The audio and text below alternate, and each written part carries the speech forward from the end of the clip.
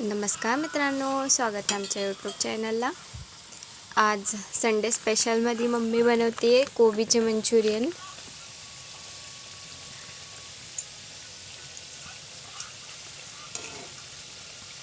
आम्ही जास्त बाहेरचं खात नाही ना मित्रांनो, त्याच्यामुळे आम्ही प्रत्येक पदार्थ असा घरीच बनवून खातो, जसं बनल तसं बनल।